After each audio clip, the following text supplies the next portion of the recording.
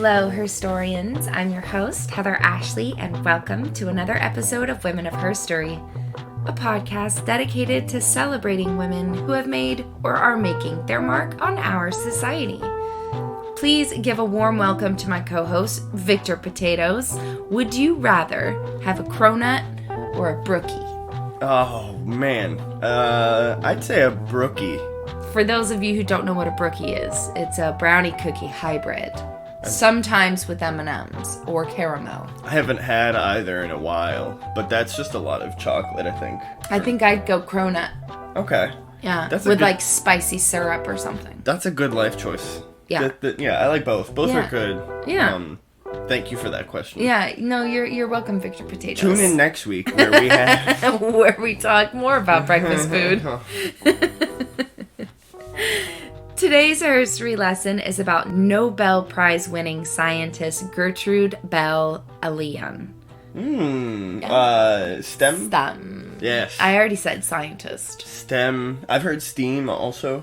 STEM. Oh, because the two M's at the end? Yeah. No. There's an A also sometimes, too, that I've seen. I can't remember what that is. Interesting. Yeah, but I've seen the one with the 2M, too. We have a couple groups that follow us with the M. With the 2M's. Oh. Anyway. Cool. I'm excited. Yeah. I wanted to actually start this episode with listing some of my resources because there's so much science in this episode that I needed you all to know that when it comes to the scientific phrasing of this episode, it's not my words. Because your girl ain't that smart. Or Plenty that. smart. I'm smart, but not like that smart. So I used acs.org and lemelson.mit.edu. Those were my primary scientific research Cite those spaces. sources. I just, shout out science. Shout out. And, shout out, what was it, MLA formatting for bibliographies at the end of your... There you go, public education school system. Well, now that that's been taken care of, let's talk HERstory. Quote, "Don't be afraid of hard work. Nothing worthwhile comes easily. Don't let others discourage you or tell you that you can't do it. In my day, I was told women didn't go into chemistry, and I saw no reason why we couldn't." Gertrude Belle Elion, a.k.a. Trudy, was born on January 23rd, 1918 in New York, New York, to immigrant parents. After seeing her grandfather pass from stomach cancer, she decided to dedicate her life to medicine. Quote, "I had no specific bent toward science until my grandfather died of stomach cancer. I decided that nobody should suffer that much." Later in life, her fiance died from an inflammation of the heart lining. Goodness. Yeah. And unlike a lot of her scientific colleagues, she always kept in mind the patients whose diseases she aimed to cure. She had so much respect for scientists who did science just for science, but she was one who was really, her end game was to help people. She was like, I love science, but we're doing this to make sure that nobody suffers the way that I saw people in my life suffer. That's really valiant of her. Incredible. I love that type of mindset, She had seen so much of what her patients were going through that, that was her goal. Very to selfless, heal. yeah. Exactly. Quote, "I had fallen in love with a young man, and we were planning to get married, and then he died of subacute bacterial endocarditis. Goodness. 2 years later, with the advent of penicillin, he would have been saved. It reinforced my mind the importance of scientific discovery." I mean... Yeah. That's very funny right now. That is very funny right now, where she's just like, if it wasn't for, like, if this hadn't happened 2 years ago, he would have survived. Like, it just took, like, you have to have faith in this. You have to trust in the science, basically. Yeah, and she's like, it reinforced, she wasn't mad about it. She wasn't, like, bitter and mad that it didn't happen before. She's like, no one else needs to die like that. Right, exactly. Yeah. Because science is like a widely accepted thing. Yep. Facts. Yep. Facts. Trudy enrolled at Hunter College and graduated in 1937 summa cum laude with a degree in biochemistry. Okay. Yeah, she wanted to become a research scientist. Quote, I hadn't been aware that any doors were closed to me until I started knocking on them. Ugh. She was rejected 15 times for financial assistance from grad schools around the country. She faced discrimination in academia, only to then face it when she was unable to land a job because she was a she. Quote, nobody took me seriously. They wondered why in the world I wanted to be a chemist when no women were doing that. The world was not waiting for me. Eventually, she was able to land a job working at a laboratory for a food company where she did things like measuring the acidity of the pickle juice. I mean, I guess that's a place that good enough of a place as any to start work, for. Yeah. It's if But that's you're the like, only door that's going to I'm open being up. wasted here, but yeah. I don't even fit in this door. This is ridiculous. Yeah, I have to contort myself. This is a door made in Alice in Wonderland. This is a I'm door not a made shapeshifter. for lamps. I think I saw the Cheshire Cat walk in. A door made for lamps. I wasn't gonna let that one slide. I meant ants. Nope. But I said lamps. Listen, Alice in Wonderland is a trippy story. Oh, it is. They just forgot the lamp part of the story. That's factual. That's science. Of this job at this food laboratory, she said she, quote, became restless because the work was so repetitive and I was no longer learning anything. She was a lab assistant at New York Hospital School of Nursing in 1937, an assistant organic chemist at the Denver Chemical Manufacturing Company from 38 to 39, and she finally received an opportunity to work at the Burroughs Wellcome Company. While working here, she saved money for graduate work at New York University. Here, she was the only woman in her chemistry class. I mean, already it's like roadblock after roadblock, and yet somehow this sounds better. She just hurdles. Than yeah. She's like, roadblock, I'll jump it. That's fine. Yeah, roadblock, I don't see that. Yeah, exactly. She completed her master's degree in 1941. She was known for often quoting Admiral Farragut.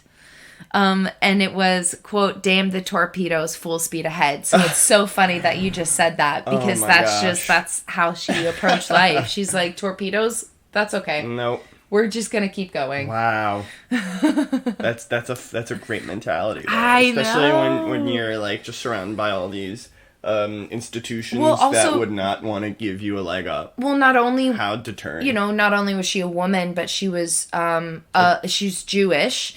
She's of Jewish descent. Her parents are immigrants. Like she's just sitting in this hole of.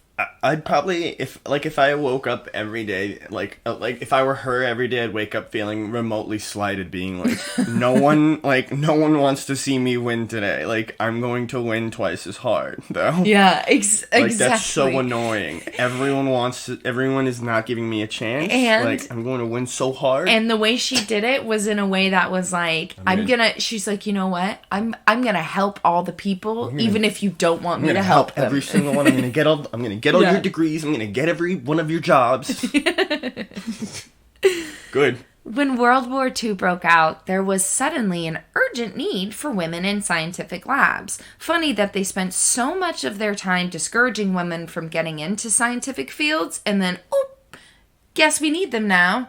So that's kind of annoying. Yeah, all the men. All the men are at war, and they're like, we should have probably allowed these women to get the education they wanted in case of these things, but, here we are. Yeah. Whoops.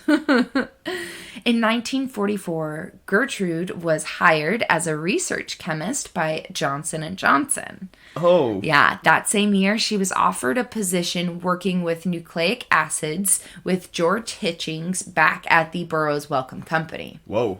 Yeah, so initially she was, like, kind of just his assistant. That first time she was working there, she was just kind of, like, floating around. And then she came back for a second position, right, as more of a solid, She enrolled as a doctoral student at the Brooklyn Polytechnic Institute, now the Polytechnic Institute of New York University. Yeah, they got a great campus there. Yeah, and she started taking evening courses, but she quickly realized that she needed to decide between enrolling full-time to complete her PhD or to continue as a research chemist.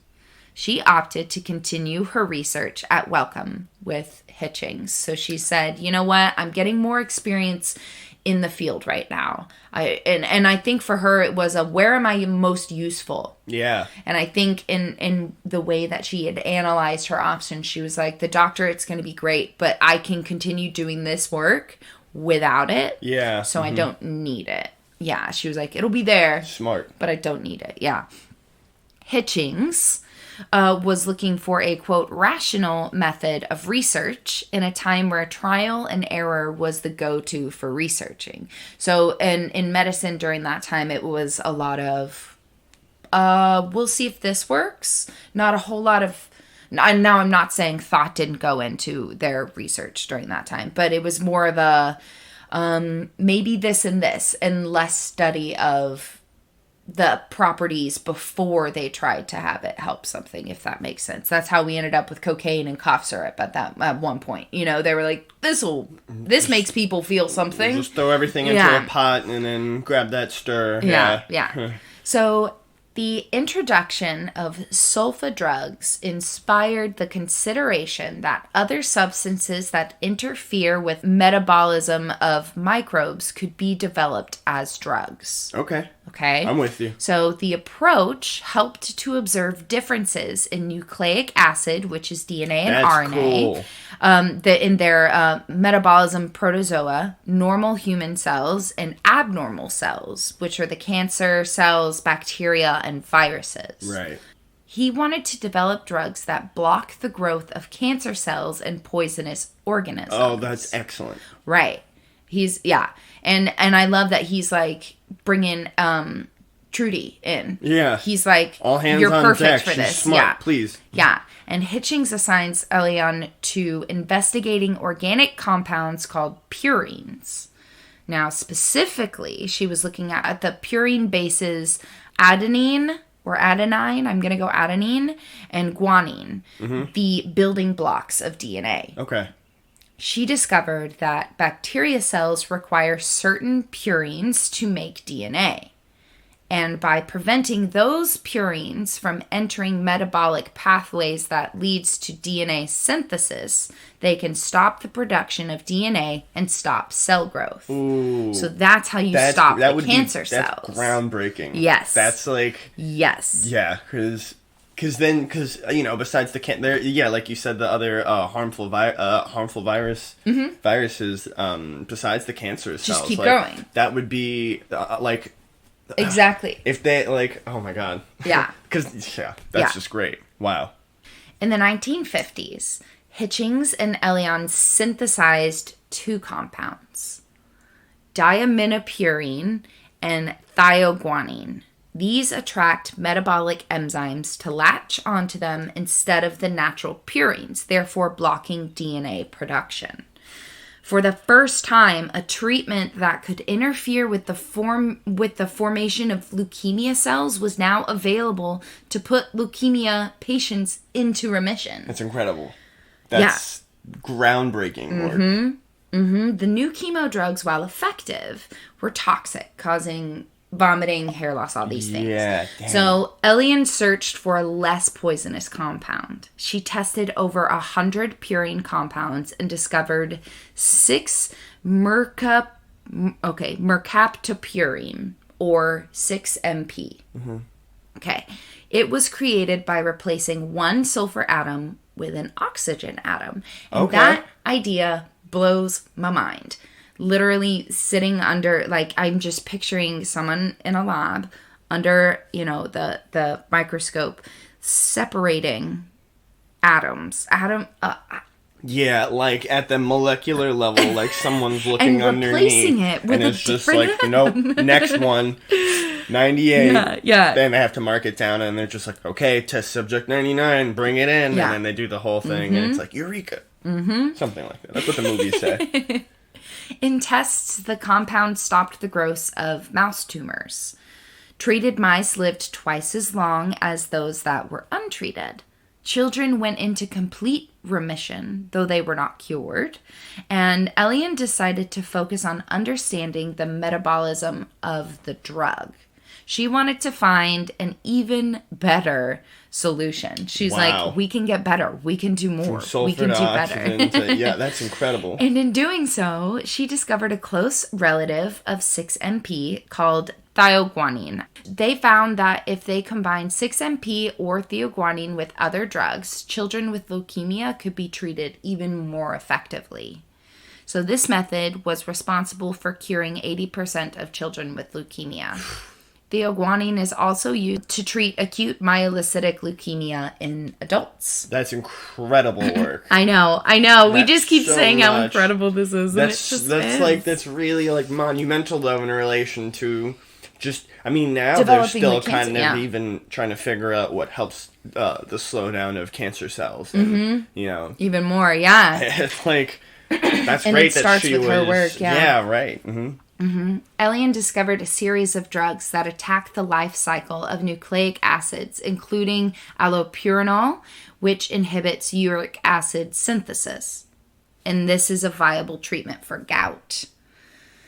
In retirement, she actually oversaw the development of azathioprine, or AZT, an effective immunosuppressive drug. She oversaw that? Yeah. It was because of the way that she did her research that the discovery made it possible for people with compromised immune systems to receive organ transplants without their body rejecting them. Oh, that's great. It was also discovered that one of her drugs was effective treatment for leishmaniasis disease, which was a big problem in South America.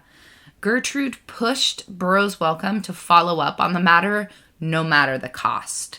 She respected scientists that love science for science, like I said earlier, but again, she always kept the patients in mind and always fought for them. This is something where it was kind of an accident that they figured out that it was an effective treatment for leishmaniasis, but then she was like, and they weren't really going to do anything with it, and she was like, guys, there are people that we can help with this. Just produce it, do it, lean into it, be the people you're supposed to be. Yeah. Like, in the 1960s, Hitchings and Elion found success in combating infectious diseases. They targeted bacterial and viral DNA. With this method, they developed pyrimethamine, a treatment for malaria, and they made trimethoprim, or Septra, which treats meningitis, septicemia, and bacterial infections of urinary and respiratory tracts. I love that she was so, like, motivated after seeing what we didn't have, that, like, could have helped her family. Yeah, that, and other people in general, just that once she got into the science field, she, there were just, like, countless things that, like, she had a hand in where... I think we needed people like her. It speaks to her character that she says, guys, look at all this stuff we have. With great power, look at all the things we can great do. Responsibility. Yeah. Honestly. Hitchings retired in 1967, and Elion became the head of the Department of Experimental Therapy.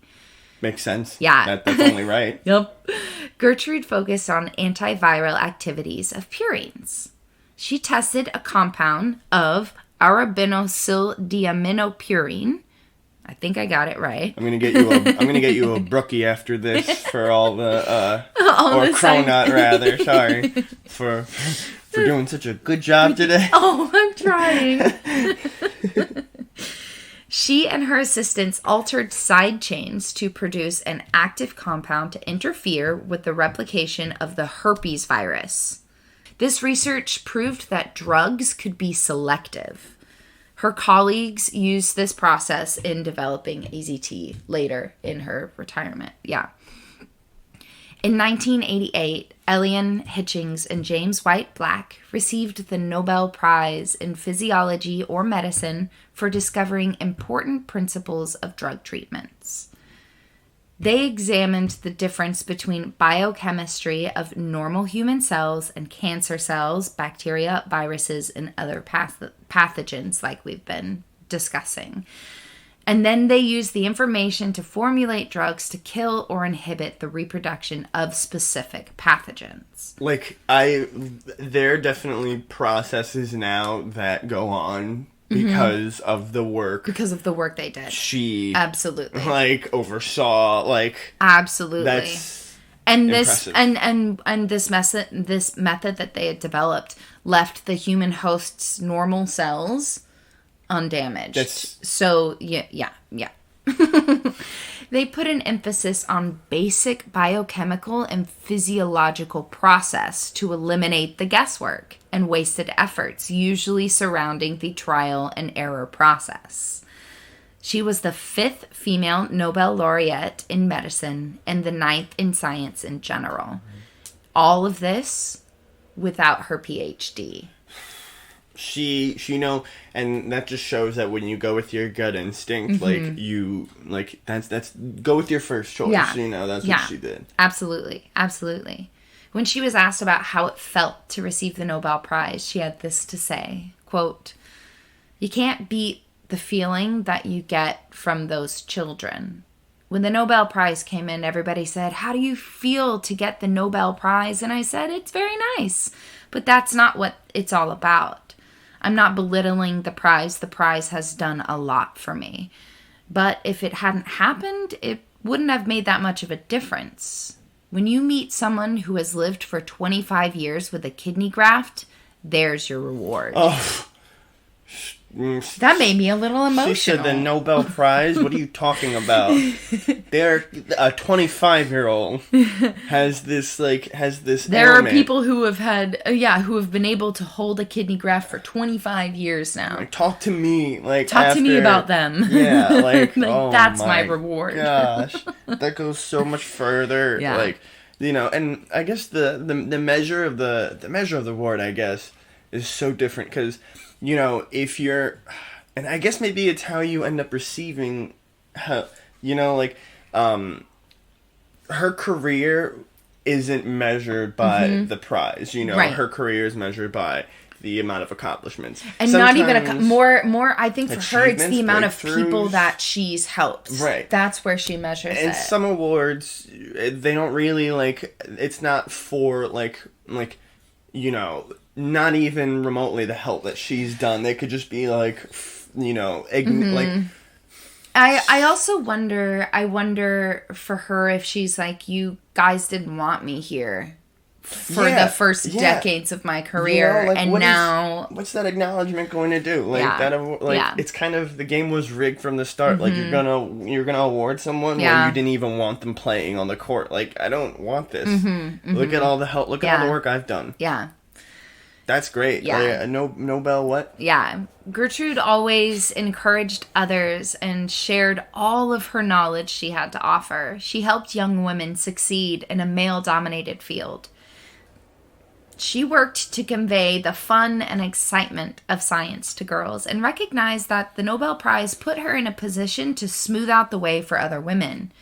Quote, "Science to me is almost like a religion. To me, science is truth, and truth is beautiful."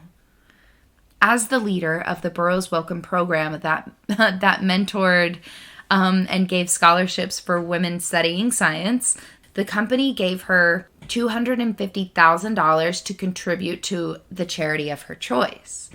Elion created a scholarship at Hunter College for female graduate students in chemistry because she wasn't getting funding.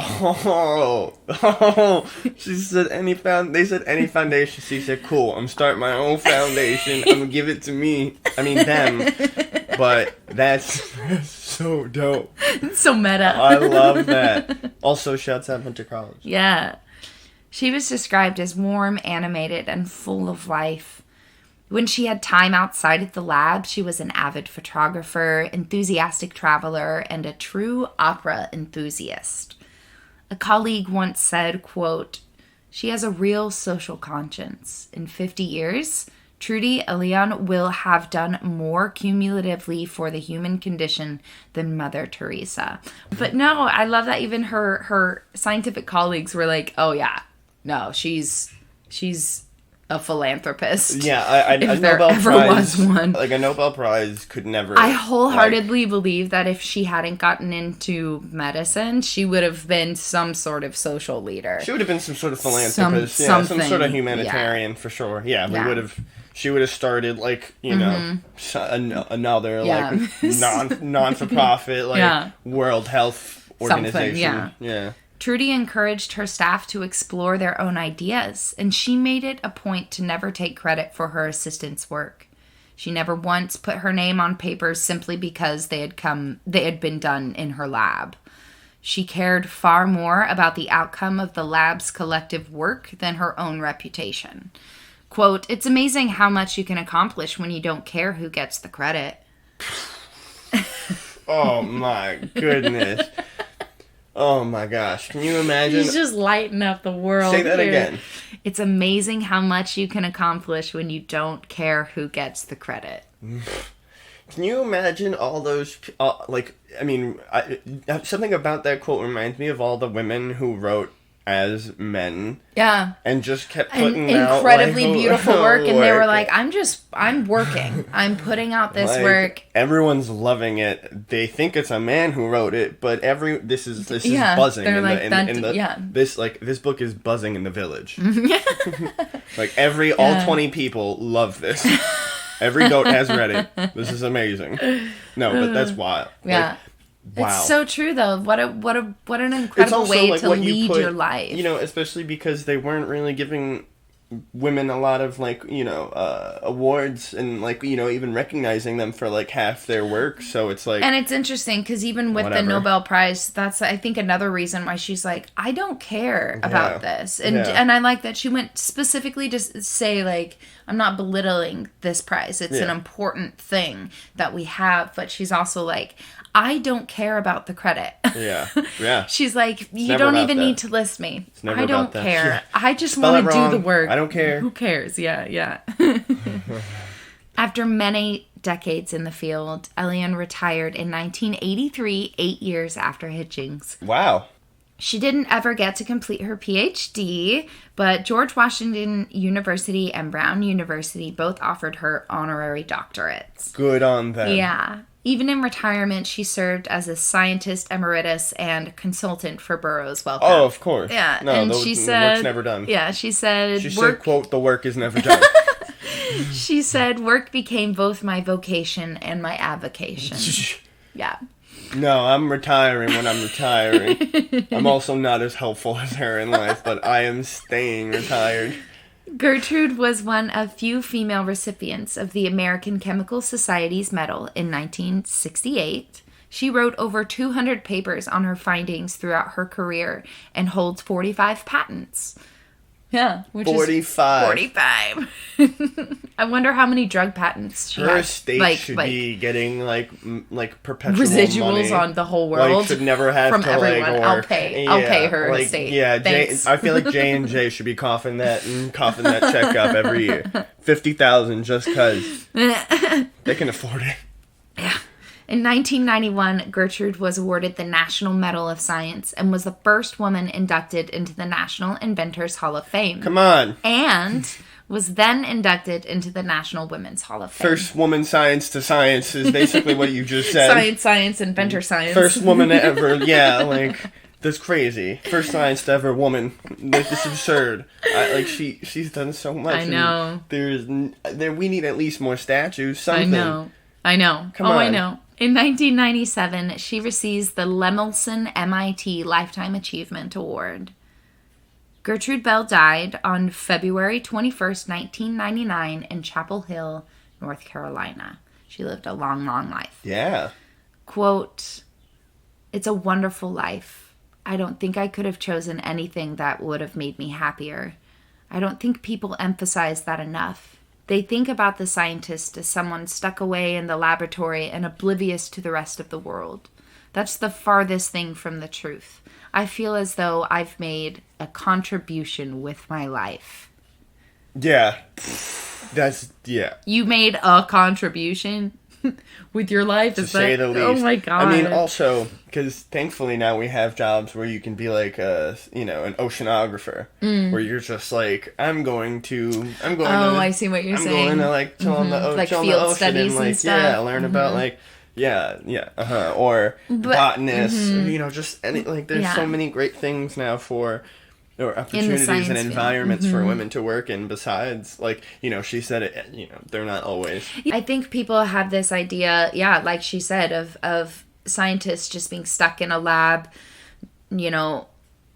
nose in a microscope, which is really cool and fun, but they have lives. She loved opera. She loved to travel, take photos. She wasn't just that, even though she did so much, which is kind of crazy to me that she somehow had time to travel and take pictures and go to operas. How you found when you're a boss lady like that, I guess you find the time. Yeah, I don't know. I don't know. Maybe she and some of these other women just have an extra day. They were like they live in a universe with an extra day. But they were doing like 4 or 5 things daily back in those times. There were only like a handful of things to do.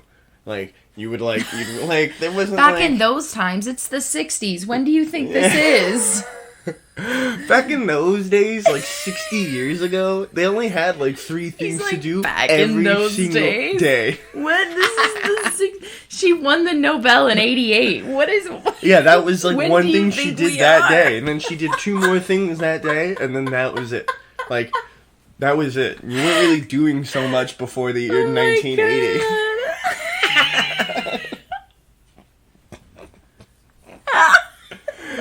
No, there was like only so much you could do.